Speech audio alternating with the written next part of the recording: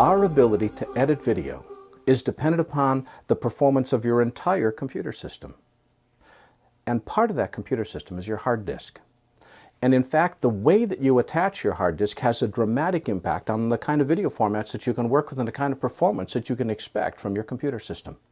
For instance, take a look at this table.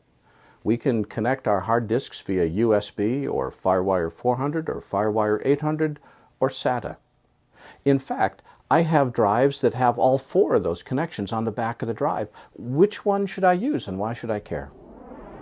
If we take a look at USB, USB is a perfectly okay way of connecting a hard disk to your computer, but it's not an okay way for video editing. It's too slow. USB on the Macintosh has been optimized to work with wireless devices like keyboards and mice and scanners.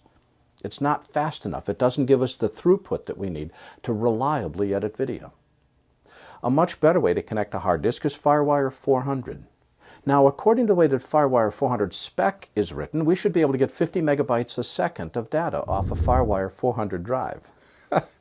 But should and do are totally different. A Firewire 400 drive will give us about 20 to 25 megabytes a second.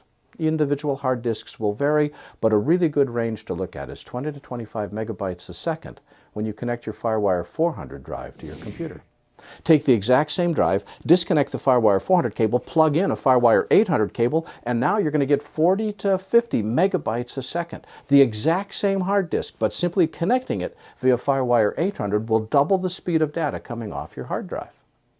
Or one of the new SATA drives. If you take a SATA drive and connect it to your computer, you'll be able to get 75 to 90 megabytes a second coming off the exact same hard drive that you're connecting via Firewire 800 or Firewire 400. When in doubt, connect your drive via SATA. There's also a couple hidden secrets about Firewire that you need to be aware of. On the Macintosh, on any Macintosh, whether it's a laptop or it's a tower, Firewire is hubbed. What that means is if I plug a Firewire 400 drive and a Firewire 800 drive into my computer at the same time, because the Firewire connections are hubbed, my Firewire 800 drive will slow down to roughly Firewire 400 speeds. I did a test of this a little bit ago. I had a drive, Firewire 800, plugged it into a Mac Pro, and I measured the data transfer rate coming off that Firewire 800 drive when a Firewire 400 drive was plugged in at the same time. It gave me 24 megabytes a second of read speed and 32 megabytes a second of write speed. Writing is the speed with which it records, and reading is the speed with which it plays back. I shut down the computer, I unplugged the Firewire 400 drive, plugged in the Firewire 800, measured the speed again, 58 megabytes a second write and 57 megabytes a second read. More than double the speed simply by disconnecting a Firewire 400 device and just taking the Firewire 800, plugging it directly into the computer.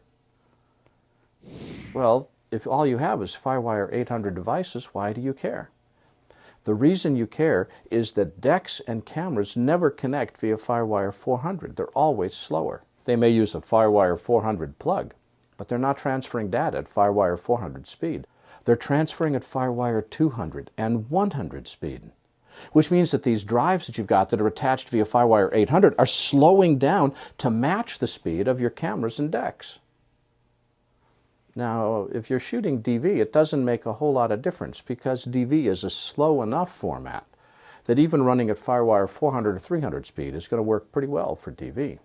But as you start to move to other video formats, this slowdown in your high-speed hard disks is going to make a material difference in whether you're able to edit smoothly or you're always getting drop frame errors.